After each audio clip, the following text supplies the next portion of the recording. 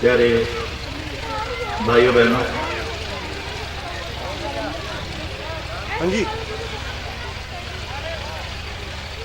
इससे पहले कि बातचीत शुरू करें, मैं कुछ अर्ज करना चाहता हूं कि जितने भाई बहन यहाँ घूम रहे हैं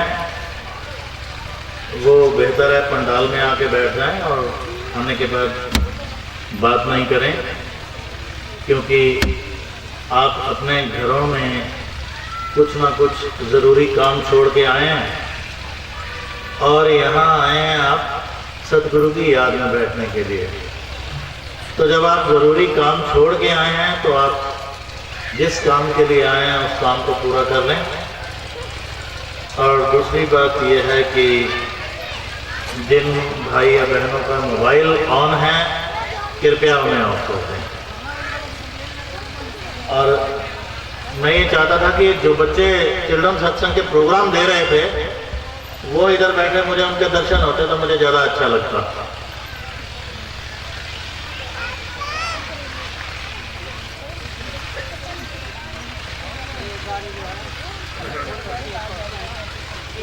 भाई साहब, आप बात बंद कर देंगे तो मैं शुरू करूंगा, या आप बात बोल लीजिए। हाँ, आप कर लीजिए, कोई बात नहीं। आप लोगों ने कोई बात करनी है जरूरी तो पहले कर लो भाई, नहीं कोई बात सत्संग से ज़्यादा जरूरी हो तो पहले कर लो, मैं रुक जाता हूँ, यहीं हूँ शाम तक। और एक तो सेवादार हो तो पीछे जो बच्चे शोर मचा रहे हैं हमको चुप करवा दो, ताकि हम जब अपने सतगुरु की याद में बैठें तो उसमें हमें कोई परेशानी नहीं हो। एक बात मैं और कहना चाहता हूँ, हो सकता है कुछ भाई बहनों को नागवार गुजरे। अभी बहुत अच्छा प्रोग्राम चल रहा था यहाँ पे, और उस खूबसूरत प्रोग्राम में एक कहीं मुझे ऐसा लगा कि हम कहीं कुछ गलती कर रहे हैं। वो गलती क्या कर रहे हैं वो ये है कि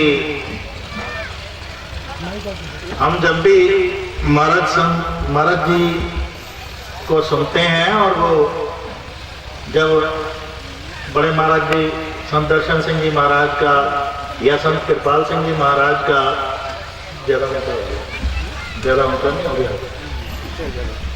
कोई बात नहीं। तो वो जब नाम लेते थे तो वो बड़े अदब से और बड़े लकब से लेते थे। दयाल पुरुष संत दर्शन सिंह जी महाराज या महाराज जी कृपाल सिंह जी का नाम लेते हैं, संत कृपाल सिंह जी का तो कहते हैं हुजूर पुरनूर संत कृपाल सिंह जी महाराज, मुर्शिद आजम बाबा सावन सिंह जी महाराज।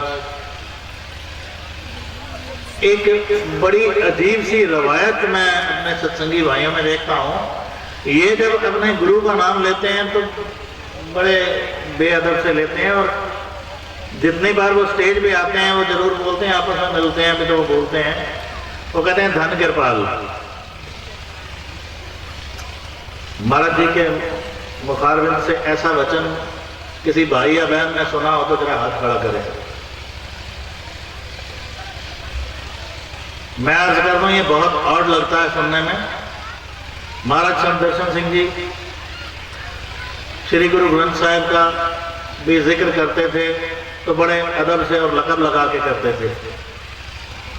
और मैं यहाँ पे बैठा था, बड़े सुंदर प्रोग्राम थे, लेकिन उसमें एक चीज़ बार बार मुझे इरिटेट कर रही थी, वो ये थी कि जो भी स्टेज पे आता है वो बोलता है धन सावन, धन कृपाल, धन दर्शन, धन राजेंद्र। तो हम अपने बच्चों को बुलाते हैं पप्पू, टीटू, राजू कह के। ये गुरु का पुकारने का कोई, गुरु का नाम पुकारने का कोई अदब नहीं है। सुनिए जरा सत्संगों को संत कृपाल सिंह जी महाराज के बड़े अदब से कहते थे मुर्शिद आजम हजूर बाबा सावन सिंह जी महाराज।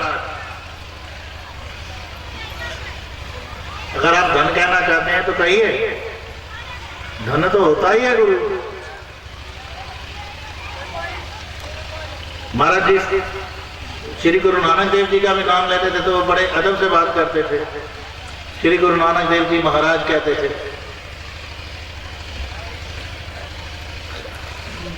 मैं आप सबसे रिक्वेस्ट करता हूं, आप इस बात को अदरवाइज नहीं लें और इसे अमल में लाएं। मैं देखता हूं बहुत से भाई बहन आपस में मिलते हैं, बोलते हैं धन कृपाल। महाराज जी ने ये भाषा सिखाई है हमें, इतना कहना काफी है। गुरु की याद तो हमारे अंतर में है।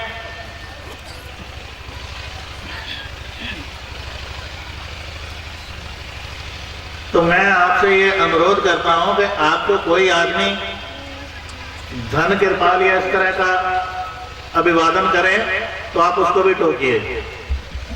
महाराज जी ने ये नहीं सिखाया हमें। आज तक मौजूदा सरकार ने कभी बोला है धन कृपाल? किसी भाई को बोला हो?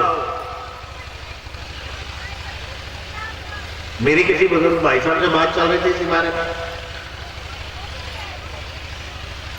महाराज जी से बात करते हैं, महाराज जी को भी फोन पे बात करें ऐसे तो महाराज जी को कह देते हैं धन कृपाल। आगे से महाराज जी ऐसे जवाब नहीं देते हैं। अगर ये चीज एक्सेप्टेबल हो तो महाराज जी भी इसी भाषा में बात करेंगे। अगर इसी भाषा में रिस्पॉन्ड नहीं करते हैं महाराज जी तो उसका मतलब ये है कि ये भाषा एक्सेप्टेबल नहीं है हमारे मिशन में बिल्कुल भी। हम खुद तो ये गलती करते हैं, छोटे छोटे बच्चों में भी ये संस्कार डाल रहे हैं। तो प्यारे भाइयों बहनों, मैं हाथ जोड़ के निवेदन करता हूं कि कृपया जो गलतियां हम इस तरह की कर रहे हैं हम उनको सुधार लें। महाराज जी ने हमें बड़े प्यार से ये भाषा सिखाई है। महाराज जी स्टेज पे आते हैं, बच्चे से भी बात करते हैं तो ऐसे करते हैं। संत दर्शन सिंह जी महाराज भी ऐसे करते थे, हुजूर संत कृपाल सिंह जी महाराज भी ऐसे करते थे। और बाबा सावन सिंह जी महाराज के दर्शन नहीं किए, लेकिन वो भी ऐसा शायद नहीं करते होंगे।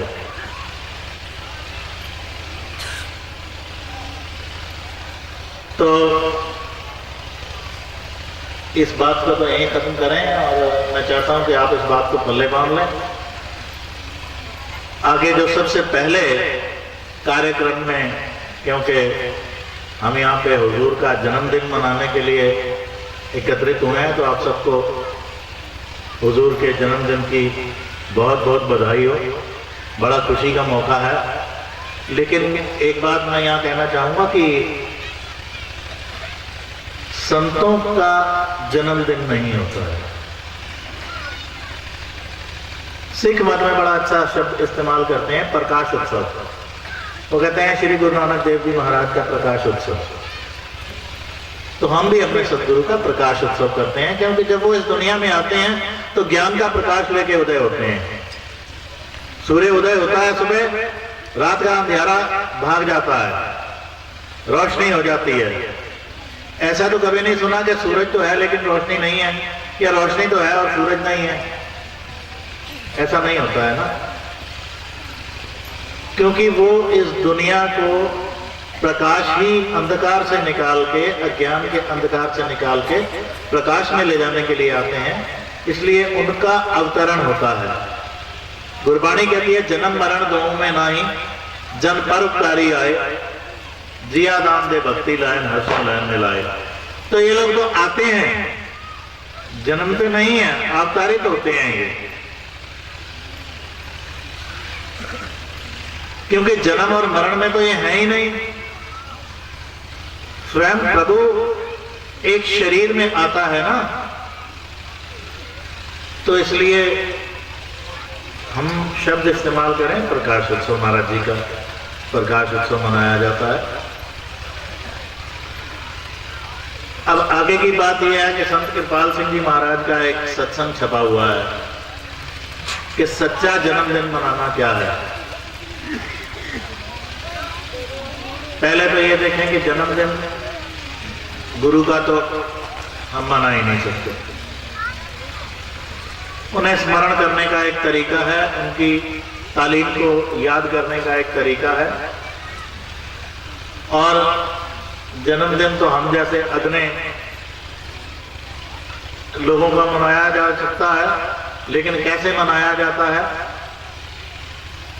जब बच्चा 1 साल का होता है तो कहते हैं पहला जन्मदिन है, 2 साल का होता है, 3 साल का होता है, 30 साल का होता है। चलिए, बच्चा बड़ा होता हुआ दिख रहा है, माँ को वो जन्मदिन मनाती है, लेकिन 25-30 साल के बाद तो आदमी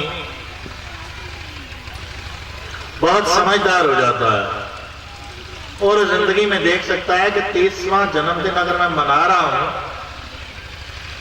तो क्या खुशी की बात है। जरा पलट के मैं अपनी जिंदगी के पिछले 30 सालों में देखूं तो सही, 30 साल तो गवा दिए, पाया ही कुछ नहीं। खुशी किस बात की? अरे खुशी तो कुछ पाने की होती है। हम अपने जीवन का समय खोने की खुशी मना रहे हैं। ये 30 साल नहीं, मैं आपको और ज्यादा बताता हूं। अभी पीछे मैं एक सज्जन के यहां गया, 84वां जन्मदिन मना रहे थे वो, इंडस्ट्रियलिस्ट हैं गाजियाबाद में, बहुत सी भीड़ थी वहां पे। सामने मौत खड़ी है, पांव कब्र में लटके हैं और बड़ी खुशी से वो कसीदे कस रहे हैं कि 84वां जन्मदिन मनाया जा रहा है। जरा एक बार पूछिए, 84 सालों में पाया क्या? अगर कुछ पाया है, बड़ी खुशी की बात है। अगर कोई इंसान ये समझे कि उसने फैक्ट्रियां खड़ी कर ली, उसने मकान बना लिए, उसके 2, 3, 4 बच्चे हैं, उनको पाल पोस के बड़ा किया, उन्हें सेटल कर दिया, उनकी शादियां कर दी, या जमीन जायदाद बना ली, तो ये उपलब्धि है? तो कदापि ये उपलब्धि नहीं है, क्योंकि इन चीजों के लिए तो हमारा जन्म ही नहीं हुआ।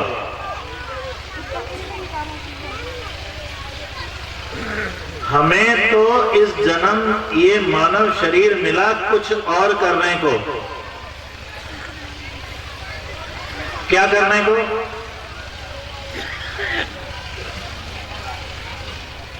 बहुत देर से भाई बहन बैठे हैं, घुटने दुखने लगे हैं, ध्यान घुटनों में होगा तो बात कहां समझ आएगी।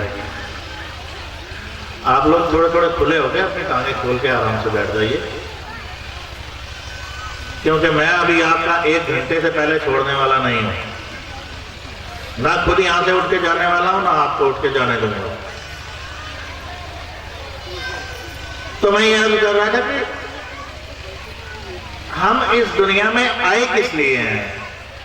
मकसद तो ये है ना, सत्संग में आने का मतलब क्या होता है? मैं वहां से आया तो चाय बन रही थी, एक सेवादार भाई साहब चाय बना रहे थे। चाय बनाने के बाद उसको छन्नी में उन्होंने छाना ताकि उसमें कोई पत्ती या ऐसी चीज ना आ जाए पीने में परेशानी करे। चाय भी छान के पीते हैं, घरों में फिल्टर लगे हुए हैं, पानी भी छान के पीते हैं। पता क्यों? कि कोई ऐसी चीज ना चली जाए जो हमारे स्वास्थ्य को हानि पहुंचाए। तो ये जो सत्संग होते हैं ना, सत्संग की सभाएं, वैसे यकीन मानिए सत्संग तो सतगुरु ही फरमा सकता है, लेकिन गुरु की याद में जहां हम बैठते हैं वो भी सत्संग होता है। और इस तरह की सभाएं एक बहुत बड़े फिल्टर का काम करती हैं। क्या फिल्टर करती हैं? ये चाय या पानी नहीं छानती हैं, ये हमारे विचारों को छानती हैं। कब छानेंगे? जब हम पूरी तवज्जो देके सुनेंगे, पूरी तवज्जो देके गुरु की याद में बैठेंगे, तो जो बात कही जाती है उससे हमारा चुनाव होता है कि क्या चीज हमारे जीवन में काम की है और क्या नहीं है। जो काम की नहीं है वो छन के अलग हो जाती है, जो काम की चीज है वो हमारे पीने योग्य होता है जल।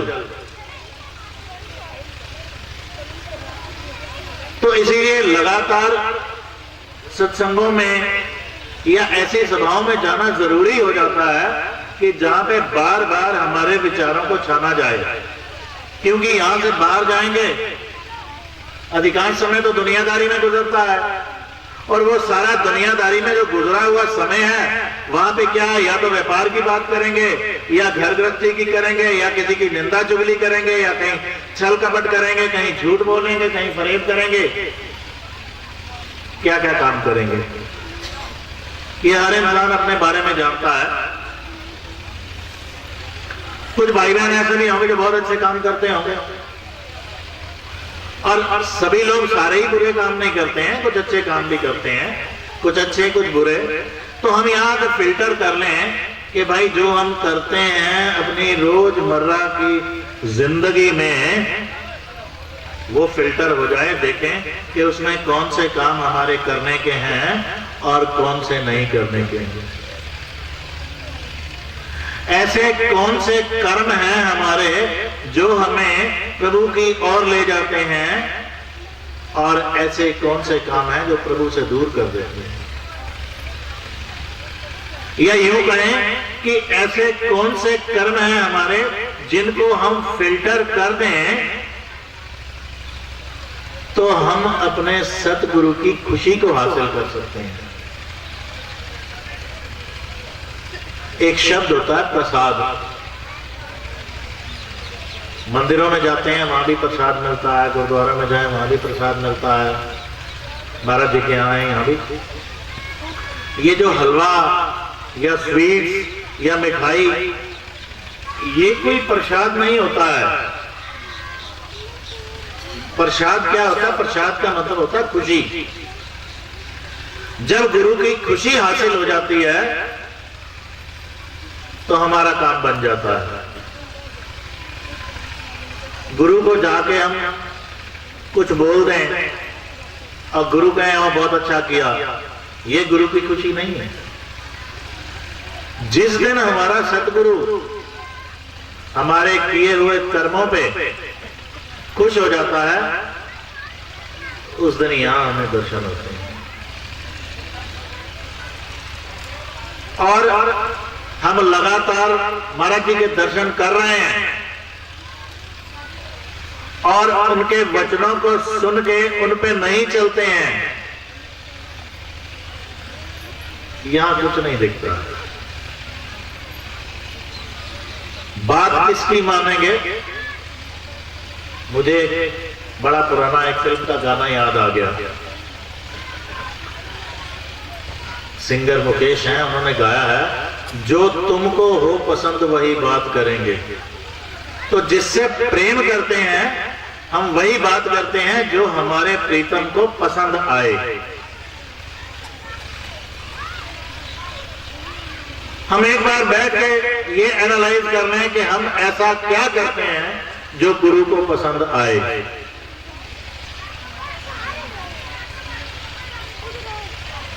मन में गुरुमत, गुरुमत में ना मन, कैसे लेवलाइए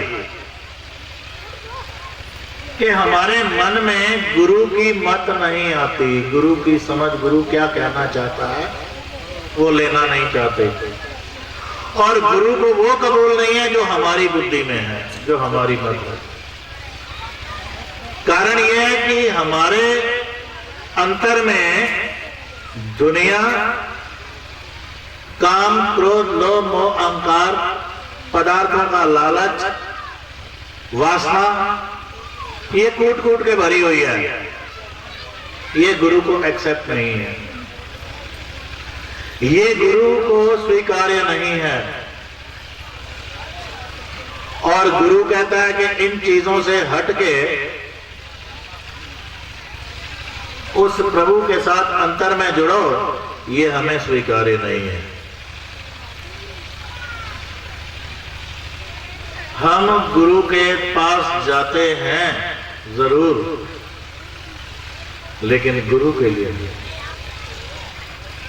अपनी गर्जों के लिए जाते हैं भाई। जिनको गुरु चाहिए, क्यों? गुरबाणी कहते जो कुछ मांगो ठाकुर अपने दे सोई सोई दे। दुनिया की चीजें मांग रहे हैं, वो मिलती जा रही हैं। कहते हैं भजन नहीं बनता, भजन तो मांगा ही नहीं। जब गुरु दुनिया की चीजें दे सकता है तो जो चीज देने आया वो क्यों नहीं देता?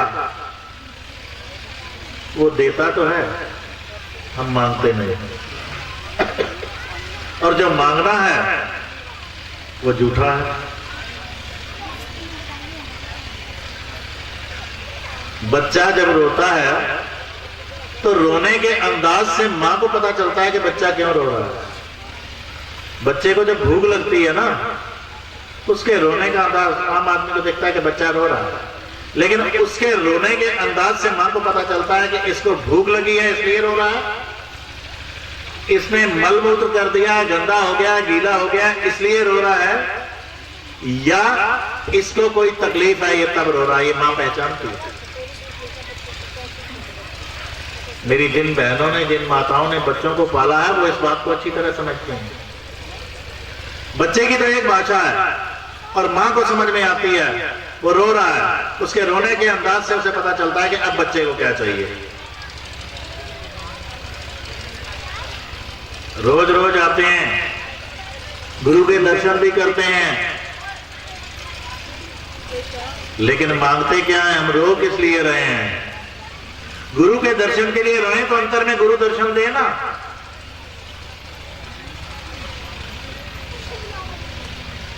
एक बार मौजूदा सरकार ने कहा भाई मुझको मिलना हो तो अंतर में मिलना, मैं प्रॉमिस करता हूं तुम याद करोगे तो मैं आऊंगा। पूरी संगत में अनाउंस किया था महाराज जी ने ये, और महाराज जी ने कहा था जो अर्ज करनी हो वहीं करना, जो कहना हो वहीं कहना। जब महाराज जी ये कहते हैं कि जो कुछ कहना है वहीं कहना, तो फिर बाहर क्या है? महाराज संत कृपाल सिंह जी कहते थे कि गुरु के जिस्मानी दर्शन पापी से पापी इंसान भी कर सकता है,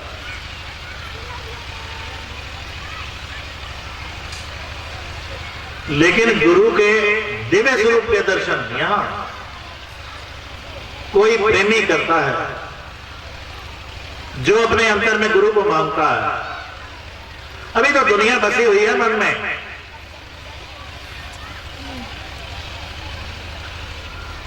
तुलसी साहब कहते हैं दिल का हुजरा साफ कर जाना के आने के लिए, ध्यान गैरों का उठा उसके बिठाने के लिए।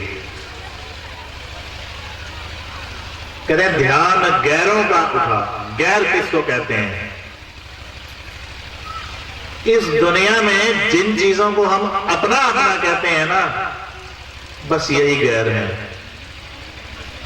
और इससे अधिक स्पष्ट भाषा में कहा जाए तो जितने भी पदार्थ, जितनी भी बातें या संसार की जो भी रिश्ता इस शरीर से संबंधित है, वो सब गैर है। क्योंकि शरीर भी अपना नहीं, किसका है? काल का दिया हुआ है। काल को वापस देना पड़ेगा। हमारा ही नहीं, गुरु का भी जो शरीर है ना, ये भी 5 भौतिक तत्वों का है। ये शरीर तो गुरु को भी छोड़ना पड़ता है। सिर्फ वो शरीर वंदनीय इसलिए है कि उस घट में वो सतगुरु, वो गुरु सत्ता, वो परमात्मा स्वयं आके काम करता है। गुरु उस शरीर का नाम नहीं है। गुरु तो वो ताकत है जो उस शरीर में काम कर रही है। वो ताकत गुरु नानक साहब से ट्रांसफर हो गई गुरु अंगद साहब से, और करते करते गुरु गोविंद सिंह साहब तक आई, फिर तुलसी साहब तक आई। ताकत वही है, वो ताकत है, वो शक्ति है, वो पावर है। और वो पावर क्या है? जिसको शब्द कहते हैं। शब्द किसको कहते हैं? परमात्मा की रचनात्मक शक्ति को ही शब्द कहते हैं। वो परमात्मा कितना बलशाली है, कितना विशाल है, उसका अंदाज नहीं लगा सकते कि जिसके एक वचन से उसने क्या कहा? एको अहम बहुश्याम है। एक बार कहा, एको कवाओ लख दरगाओ, एक बार उच्चारण होने मात्र से ही इतने बड़े ब्रह्मांड की रचना हो गई, जिसमें हमें पता नहीं कि कितने अरबों खरबों सूरज और धरतियां और चांद और सितारे और ग्रह नक्षत्र हैं। अभी तो हम इस धरती को कोई नहीं नाप पाए पूरा। इंसान की बहुत मेहनतों के बाद चांद तक गए या मार्स तक गए, मंगल तक गए। ये 2-3 ग्रह उंगलियों पे गिने जाने वाले ये कोई उपलब्धियां नहीं है। तो वो परमात्मा, बड़ी अजीब सी बात है कि एक 6 फुट के चोले में आके काम करता है। क्यों? कि वो हमको अपने साथ ले जा सके।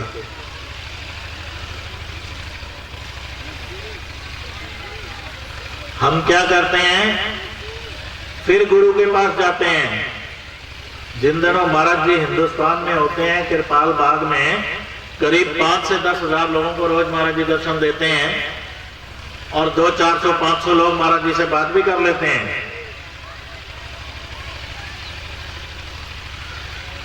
जिसमें कोई तो अपनी नौकरी की बात करेगा, कोई बीमारी की बात करेगा, कोई शादी की बात करेगा, कोई बच्चों की बात करेगा, कोई घरेलू झगड़े की बात करेगा, कोई किसी तरह की बात करेगा।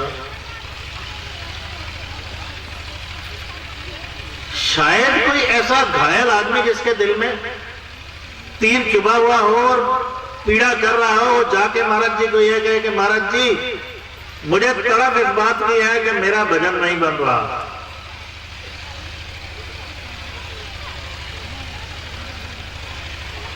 ऐसा भी कहते हैं लोग, सिर्फ कहते हैं कि महाराज जी भजन नहीं बनता।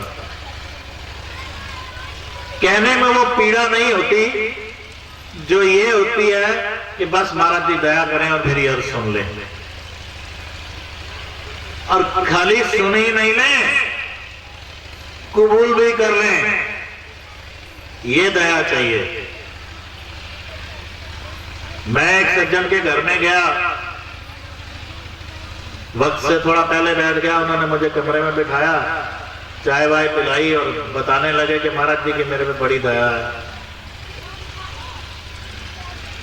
मैंने कहा जी बड़ी खुशी की बात है, जिस पे गुरु की दया हो जाए, वैसे गुरु की दया तो सब पे बराबर होती है और आप बड़े खुशहाल हैं कि उस दया को ले पा रहे हैं।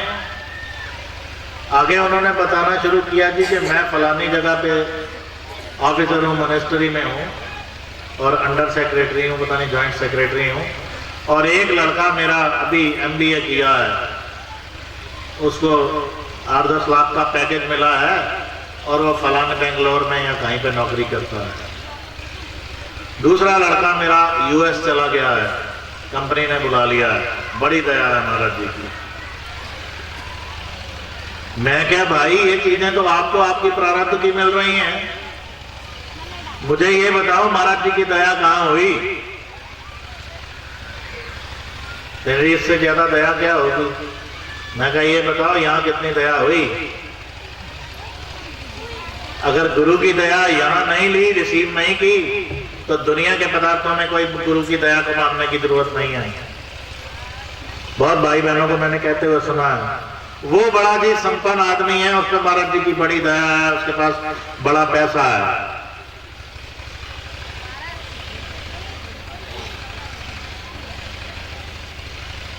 मैं एक ऐसे इंसान को जानता हूं, इस समय वो इस दुनिया में नहीं रहे। मैं जब छोटा था, 16-17 साल का था, तो उनका बेटा मेरी उम्र का था और हम दोनों इकट्ठे सेवा किया करते थे। सेवा तो खैर हमने क्या करनी है, लेकिन नाम का तमगा लगाया हुआ था कि इस डिपार्टमेंट में सेवा करते हैं। तो वो लड़का जब 30-32 साल का हुआ तो उसकी डेथ हो गई। मेरा मित्र था, मेरी उम्र का था, मेरी उम्र उतनी थी। और मुझे काफी दिन के बाद पता चला, तो मैंने उन बुजुर्ग को जाके हाथ जोड़ के कहा, जैसे औपचारिकता होती है कि भाई अफसोस कर दें कि भाई साहब बड़ा अफसोस हुआ है, वो गुजर गया लड़का आपका। मुझे कहते हैं नहीं, कोई अफसोस नहीं। काहे का अफसोस? जिसकी चीज थी उसने ले ली, कहा मुझे भी ले जाए, आज ले जाए। वो आदमी बहुत गरीब था। ये जो होती है ना गाड़ियां, इनकी नंबर प्लेट लिखता था चौक पे, पेंट और ब्रश लेके। आजकल तो दूसरी वाली आती हैं नंबर प्लेटें। और सुबह को कमाना और शाम को खाना, इस हालत में रहा वो आदमी। जिस समय वो सावन आश्रम बन रहा था, सब लोग सेवा में गए तो वो भी गए। सेवा में गए तो चिंता हुआ कि हफ्ता हो गया, मैं तो घर में हफ्ते का खर्चा दे के आया था, अब पीछे से मैं तो ताजा पानी कुआं खोदता हूँ और ताजा पानी पीता हूँ, क्या करूँ। चिंता में थे वापस जाने के लिए। तो वहां पे महाराज कृपाल सिंह जी लंगर बांटते थे, तो प्रसादे पकड़ाते हैं, बैठे हुए थे। उनको कहते हैं चिंता मत करो, बच्चों को रोटी पहुंच गई है, सेवा करो। घर में आके देखा तो कहीं कहीं से पेमेंट आनी थी, वो लोग घर में आके दे गए।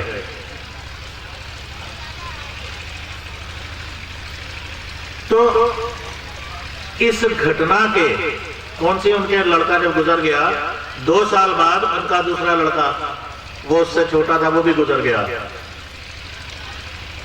उस समय भी उनके चेहरे पे शिकन नहीं आई। इसको कहते हैं जिसने गुरु की दया को लिया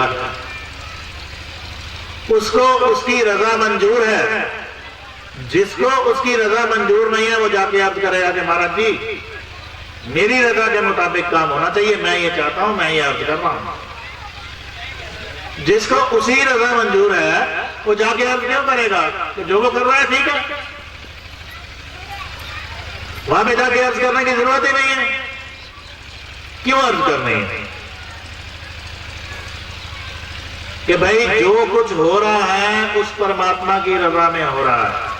और महाराज जी कहते हैं कि जो हमें मिल रहा है ना, हमारे जो प्रारब्ध देखी गई थी उनके रिजल्ट के अकॉर्डिंग जो बेस्ट था, पूरी बेस करने के बाद, पूरी रियायत करने के बाद जो कम से कम सजा थी वो हमारे कर्मों की हमें मिल रही है। हमसे वो भी नहीं झेली जा रही। हो सकता है इससे भी बुरा हो सकता था, लेकिन हुआ नहीं गुरु की दया से।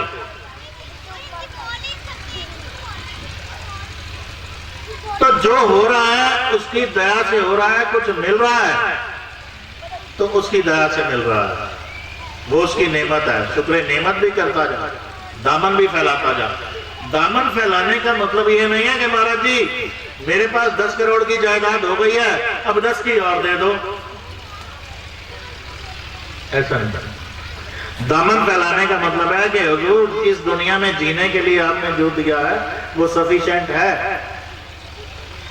अब तो दामन फैलाया जा रहा है कि जो रहमत करने के लिए आप इस दुनिया में आए हैं वो हमें दीजिए। और यकीन मानिए जो रहमत हम पे हो रही है वो हर इंसान पे होती नहीं है। महाराज जी कहते हैं कि मोहब्बत के लिए कुछ खास दिल मखसूस हुआ करते हैं। ये वो नगमा है जो एहसास पे गाया नहीं जाता। हम पे तो ऑलरेडी इतनी दया हो गई, जो दूसरे लोगों को जिनको पता ही नहीं गुरु क्या होता है सारी सारी जिंदगी महाराज कृपाल सिंह जी कहते थे तीर्थों के चक्कर काटते रहते हैं, दान पुण्य हवन जाने क्या क्या करते रहते हैं, मन नहीं टिकता। कहते पहले ही दिन महाराज कृपाल सिंह जी कहते थे कि ऋषि मुनि सारी सारी जिंदगी एड़ियां रगड़ते रहे, तपस्या करते रहे कि यहां आके एक बार वो झलक दिख जाए। कहते हैं नहीं दिखी, गुरु के एक इशारे में चल अंदर। लेकिन कैसे? कृपाल बाग के अंदर एंटर हो तो दाईं तरफ जोड़े जमा होते हैं, उसके ऊपर एक बोर्ड लगा हुआ है। बाबा सावन सिंह जी महाराज की कोटेशन है कि जो जीव सत्संग में पात्र बन के बैठते हैं सतगुरु उनमें अपना अमृत उड़ेल देते हैं। और अगर हमारे अंतर में उस अमृत की एक बूंद भी नहीं गई तो इसका मतलब हम सत्संग में तो बैठे हैं लेकिन पात्र बन के बैठे नहीं। सावन का महीना है, ठंडी ठंडी हवा चल रही है, बरसात आ रही है, जी चाहता है इन ठंडी बौछारों का मजा ले लें, बाहर जाके नहा लें, लेकिन वहां जाने से पहले रेनकोट पहन लें। बरसात की एक बूंद ने भी जिस्म को छुआ नहीं, वो ठंडक मिली नहीं, खाली कह दिया कि हम बरसात में हम तो सत्संग सुना है। आजकल एक और बड़ी अच्छी बात देखता हूं, सत्संग महाराज जी करते हैं और जैसे ही सत्संग खत्म करेंगे तो लोग फट से ताली बजा देंगे।